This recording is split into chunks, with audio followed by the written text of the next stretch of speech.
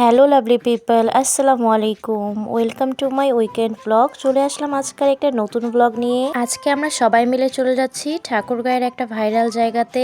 আজকে কিন্তু আমাদের প্ল্যান হুট করেই হয়নি, কয়েকদিন আগে থেকেই প্ল্যান করা হয়েছিল। আজকে হাতে সময় ছিল, তাই ভাবলাম আজকে ঘুরে আসা যাক। তো আজকে আমরা কিন্তু সবাই শাড়ি পরেছি, কারণ আমরা যে জায়গাটাতে যাচ্ছি সেই জায়গাতে কিন্তু শাড়ি পরে পিকচার প্লাস ভিডিও দুটোই অনেক ভালো উঠবে, তাই আমরা শাড়ি পরেই রওনা দিয়ে দিয়েছি। তো আমরা কোন ভাইরাল জায়গাটাতে যাচ্ছি সেই জায়গাটার নামই তো আপনাদেরকে বলা হয়নি। আমরা যাচ্ছি ঠাকুরগাঁয়ের ভাইরাল মাতৃগা বাসের ব্রিজে। হ্যাঁ, ঠিক শুনেছেন, মাতৃগা ব্রিজ। অনেকেই নামটা শুনে নিশ্চয়ই চিনতে পেরেছেন, অনেকে কিন্তু এসে ঘুরেও গিয়েছেন। তো প্রথম যখন এই জায়গাটা অনেক ভাইরাল হয় তখনই কিন্তু আমরা এসে ঘুরে গিয়েছিলাম। ফেসবুকে পোস্ট দেখেছিলাম অনেক, সেই কারণে এসেছিলাম।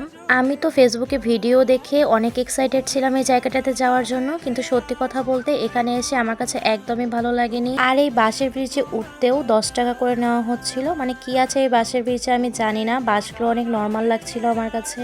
নদীর মাঝখানে এক পাশ থেকে আরেক পাশে যাওয়ার জন্য বাসের ব্রিজ করে দিয়েছে, এটাই অনেক ভাইরাল হয়েছিল। আর এই ভাইরালের কারণে 10 টাকা করে তারা টিকিটও নিচ্ছিল।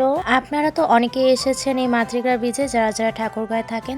আপনাদের কাছে এই মাতৃগা ব্রিজটা কেমন লেগেছিল সেটা অবশ্যই আমাকে কমেন্ট করে জানাবেন। আমার কাছে সত্যি কথা বলতে একদমই ভালো লাগেনি, তাই আমরা বেশিক্ষণ সেখানে ছিলাম না। কিছুক্ষণ সময় কাটিয়ে কয়েকটা ভিডিও নিয়ে আমরা চলে আসি। ফেসবুকে ভিডিও দেখার পর যে জায়গাতে আসার জন্য এতটা এক্সাইটেড ছিলাম, সুন্দর করে শাড়ি পরে সাজুগুজু করে এসেছিলাম, কিন্তু এসে যখন ব্রিজটা দেখে মনটা আমার একদমই খারাপ হয়ে যায়। কি আর করা, তাই এখন বাসার দিকে রওনা দিয়ে দিব।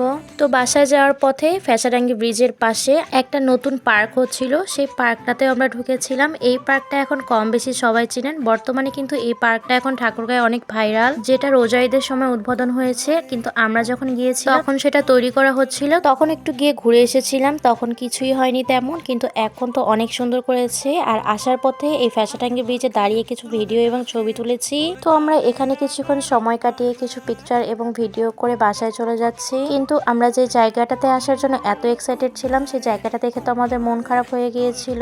আর হাতে তেমন সময় ছিল না যে অন্য কোথাও যাব, সন্ধ্যা নেমে আসছিল, তাই এখন আর কোথাও না গিয়ে ডাইরেক্ট বাসার দিকে রওনা দিয়ে দিয়েছি। আজকে আমার এই উইকেন্ডের ছোট্ট ঘোরাঘুরির ব্লগটা আপনাদের কাছে কেমন লাগলো সেটা কিন্তু অবশ্যই আমাকে কমেন্ট করে জানাবেন। আর ভিডিওটা ভালো লাগলে অবশ্যই লাইক, কমেন্ট এবং শেয়ার করে দিবেন। তো আজকে এই পর্যন্ত, সবাই ভালো থাকবেন। আল্লাহ হাফেজ।